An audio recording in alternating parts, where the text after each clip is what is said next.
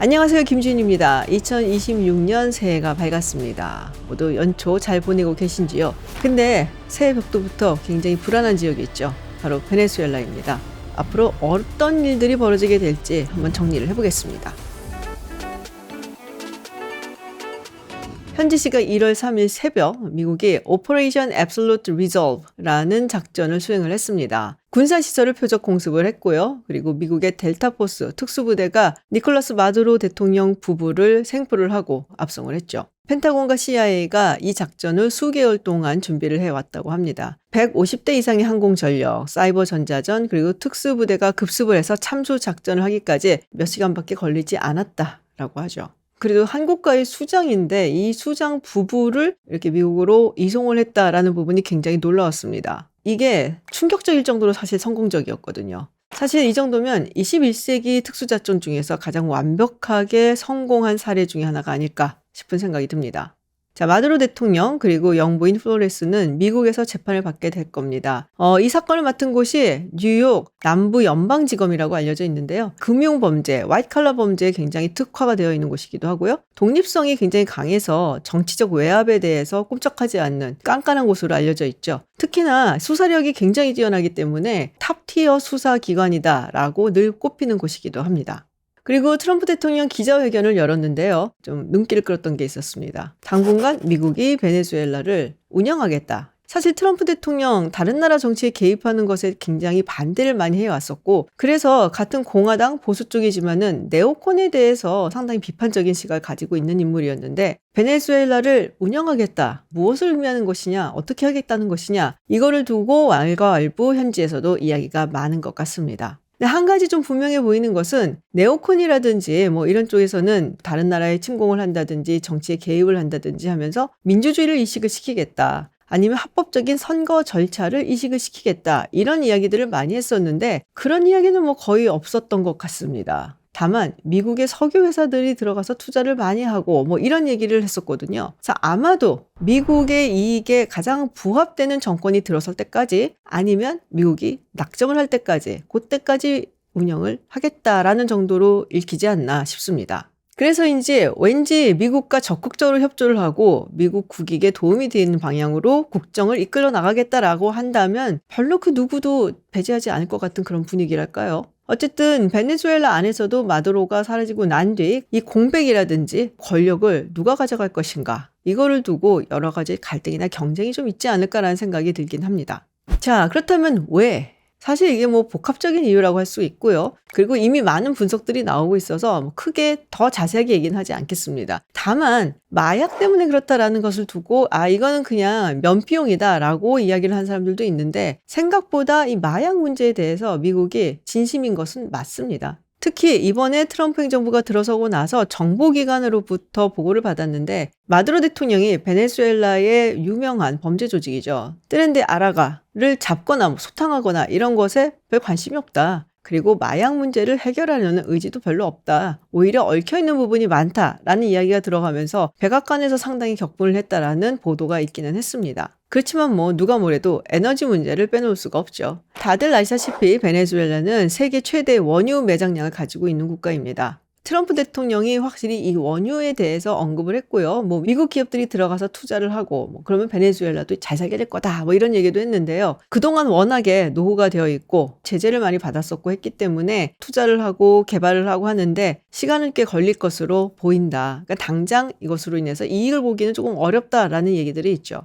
다만 이걸로 인해서 하나의 효과는 얻을 수가 있습니다. 베네수엘라가 석유를 생산해서 가장 많이 수출을 하고 있는 국가가 바로 중국입니다. 원래 중국하고 베네수엘라는 Oil for Loan이라는 시스템을 통해서 중국은 베네수엘라에 차관을 지급을 하고 베네수엘라는 그 대신에 석유를 지급을 해주는 방식으로 서로 간에 주고받고 있죠. 지금 베네수엘라로부터 받아야 되는 돈도 있는데 미국이 중국으로 가는 원유 생산을 틀어막고 있다. 그렇게 되면은 중국으로서는 상당히 좀 곤란해지죠. 또 지정학적으로 봤을 때 중국과 러시아의 영향력이 중남미 지역에서 계속 커지는 것을 굉장히 경계를 하고 있고요. 그런 의미에서 미국이 중남미에 있는 다른 많은 국가들, 아직 노선을 정하지 않았다거나 아니면 중국 쪽으로 노선을 정한 듯한 국가들한테 상당히 강력한 경고 메시지를 던진다라고도 볼 수가 있습니다.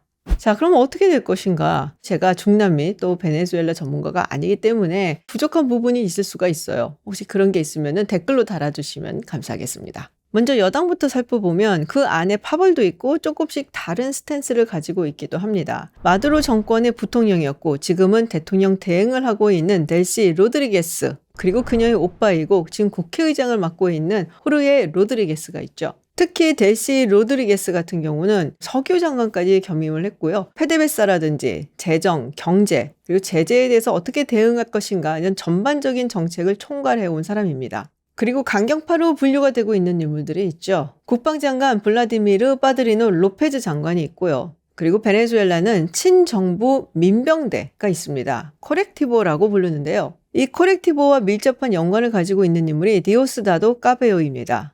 군이라든지 정보기관, 그리고 심지어 마약 밀수 네트워크하고도 얽혀 있다고 하고요. 사실 이들은 물러날 여지가 별로 없기 때문에 아마 강력한 저항을 하지 않겠냐라고 이야기가 나오고 있죠. 야당도 많이 좀 갈려 있는데 예를 들어서 선거를 두고 후보를 내느냐 마느냐 가지고 많은 논쟁을 벌이곤 하죠. 가장 강경파 같은 경우는 이 선거는 어차피 부정선거고 아무 의미가 없기 때문에 여기에 우리가 참여함으로써 정당성을 주어서는 안 된다라고 주장을 한 사람들이 있는데, 이들을 대표하는 인물이 바로 작년 노벨 평화상을 받았던 마리아 꼬리나 마차도입니다. 그리고 이보다는 훨씬 더 협상을 해야 된다라고 주장하는 사람들이 있는데요. 만약에 후보도 안 내고 선거에 참여도 하지 않으면 야당이 그대로 소멸될 것이다 라고 이야기를 한 사람들이죠. 그리고 그 중간쯤에 조건을 걸어서 그 조건을 들어주면은 우리가 선거에 참여를 하자라고 이야기한 사람들이 있습니다. 약간 중도파라고 할 수 있는데 이 중도파의 대표적인 인물이 지난번에 마차도가 피선거권을 박탈을 당하니까 대신 후보로 나왔었던 에드문드 곤잘레스입니다. 그런데 정치권 외에 또 막강한 권력을 휘두르는 집단이 있죠. 바로 군부입니다. 그리고 잠시 말씀드렸던 친정부 민병대 콜렉티보, 만약에 이들이 미국에 저항을 한다 그러면서 도시 게릴라전을 벌인다라고 하면은 정말로 지옥도가 펼쳐질 거다라는 이야기도 나오고 있죠. 그 외에 범죄 조직도 만만치 않은 세력이다라고 볼 수 있는 게요. 이게 그냥 범죄 조직이 아니라 사실 지방 같은 데에서는 지방 정부하고 결탁을 한다든지 해서 장악을 하기도 하고요. 심지어 중앙 정부의 인사들과도 연루가 되어 있다라는 이야기들을 많이 하거든요. 그 중에서도 군이 어디로 움직이느냐가 굉장히 중요하게 작용을 할 것으로 보입니다. 이 이야기를 하려면 2019년 과도 정부 이야기를 안 할 수가 없는데요. 2018년 대통령 선거가 있었을 때 그 당시에도 부정선거 그리고 야당 후보 보이콧이 있었습니다. 그래서 마두로 정부가 2기 임기를 시작을 했을 때 이게 정당한 선거에 의한 대통령이 아니다라고 주장을 하고 야권에서는 실질적으로 대통령직이 공석이다라고 했었죠. 그래서 헌법에 따라서 국회의장이 대통령직을 수행해야 된다라고 했고 그 당시 국회의장이 과이도였습니다. 사실 그 당시에 미국도 그렇고 마두로 정권에 대해서 불만이 굉장히 높고 시위도 계속되고 있고 또 지금 과이도 같은 젊은 지도자가 나왔으니까 조금 밀어붙이면 바뀔 수 있겠다라는 생각을 했었습니다. 그런데 여기서 정말 중요했던 게 군이 과연 과이도를 인정을 해줄 것인가 라는 문제였거든요. 그런데 결정적으로 군이 이탈이 별로 없었습니다. 그리고 마두로가 장기 집권을 하게 됐고요. 자, 그러면 트럼프 대통령은 누구를 원할까?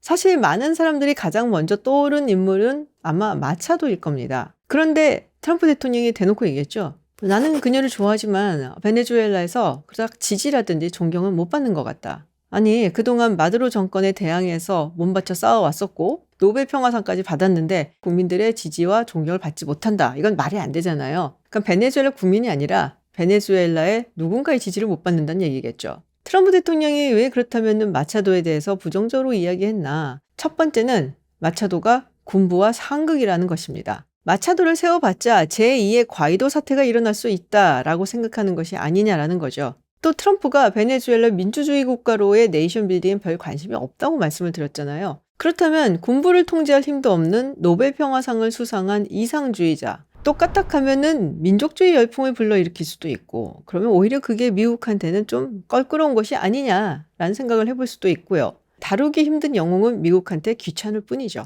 그러면서 등장한 것이 델시 로드리게스입니다. 마두로 정권에서 부통령을 했고 미국을 두고 침략했다라며 맹 비난을 하고 있는데 로드리게스를 생각을 하고 있다. 이건 사실 조금 흥미로운 부분이기는 하죠. 로드리게스는 말씀드린 대로 마두로 정권에서 경제, 재정, 그리고 석유 분야 정책을 총괄을 했었던 인물입니다. 그러니까 뭔가 실물을 띄었었던 인물이라는 거죠. 그리고 몇몇 언론의 보도에 따르면 로드리게스가 공화당 인사들 그리고 미국 석유 기업들 그 월가 이쪽하고 예전부터 물밑으로 좀 접촉을 해왔다라는 이야기가 있어요. 어떻게 보면은 이상주의자 마차도보다는 실무와 협상을 중요하게 생각하고 거래를 할 여지가 있는 로드리게스가 낫겠다라는 판단을 했을 수도 있죠. 트럼프 대통령이 말하기를 루비오 장관과 그리고 로드리게스가 긴 시간 통화를 했고 미국과 협력하겠다라고 이야기를 했다고 합니다. 어쨌든 적법성도 있고 해서 로드리게스가 살아있는 카드인 것으로 보이기는 합니다. 물론 약점이 있습니다. 만약에 로드리게스가 대통령직을 물려받게 된다 그러면 민주화를 열망해 왔었던 베네수엘라 국민들에게는 상당한 실망 그리고 배신감을 느끼게 하겠죠.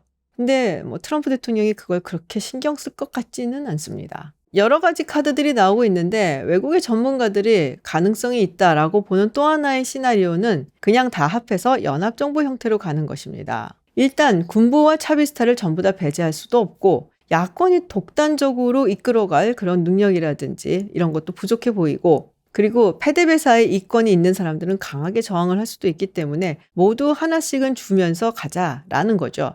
빨리 미국한테 협력적인 안정적인 정부가 들어오게 하고 그리고 떠나겠다가 목적이 아닐까라는 생각이 좀 들기도 하고요.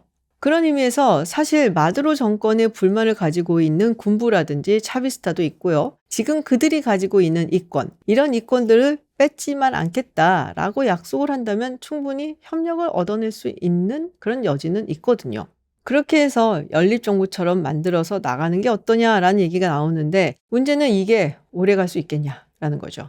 자, 그러면 마두로는 어떻게 될까? 감옥에 오래 있어야 되지 않을까 싶은 생각이 듭니다. 지금 마두로에게 적용된 혐의를 보면요. 아마도 확정이 되겠지만 유죄가 확정이 되면 종신형 가까이 되지 않겠냐. 살아서 감옥을 나오기 좀 어려워 보인다라는 이야기들이 나오고 있고요. 베네수엘라로 돌아가서 다시 한번 권력을 잡는다든지 이런 것은 굉장히 요원해 보입니다. 그런데 이 베네수엘라 사태를 보고 지금 심히 우려하고 있는 국가들이 있죠. 특히 쿠바, 콜롬비아, 멕시코입니다. 쿠바 같은 경우는 오랜 시간 동안 미국의 경제 제재를 받아왔죠. 그러면서 베네수엘라한테 경제적인 의존을 굉장히 많이 해왔습니다. 특히 에너지 부분에 있어서 베네수엘라부터 원조를 많이 받았었거든요. 여기에 미국이 베네수엘라 석유 생산을 통제를 하게 되면 쿠바는 다른 곳에서 대체를 해야 되는데 그게 또 마땅치가 않거든요. 그리고 NSS에 나왔다시피 미국이 이 서방구 전략을 굉장히 중요시하고 있는데요. 이 중요한 서방구 전략의 핵심이 되는 인물로 떠오르고 있는 것이 바로 마르코 루비오 국무장관입니다.